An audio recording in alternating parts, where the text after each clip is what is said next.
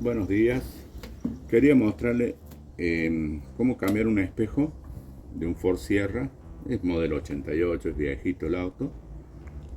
Pero yo acá le hice unos arreglos porque vino otro y me arrancó el espejo con otro auto. Entonces lo único que pude hacerle es esto porque está muy caro todos los repuestos Ford. Entonces yo voy a sacar esta otra parte, simplemente 3 tornillos.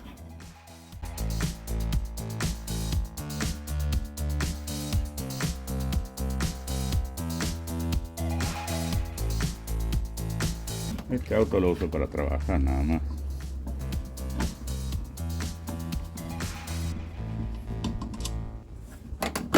Se saca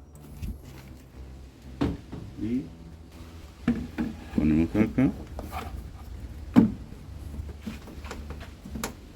Ponemos un poco.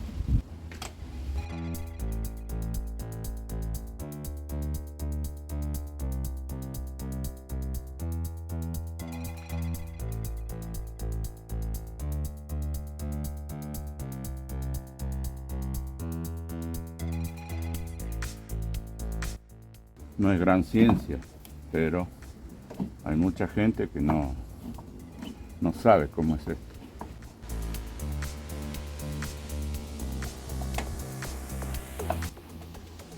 Y este espejo lo arregles agarrando otro espejo universal, y eso sería todo. Tiene un pequeño movimiento como para ubicar la visión, digamos.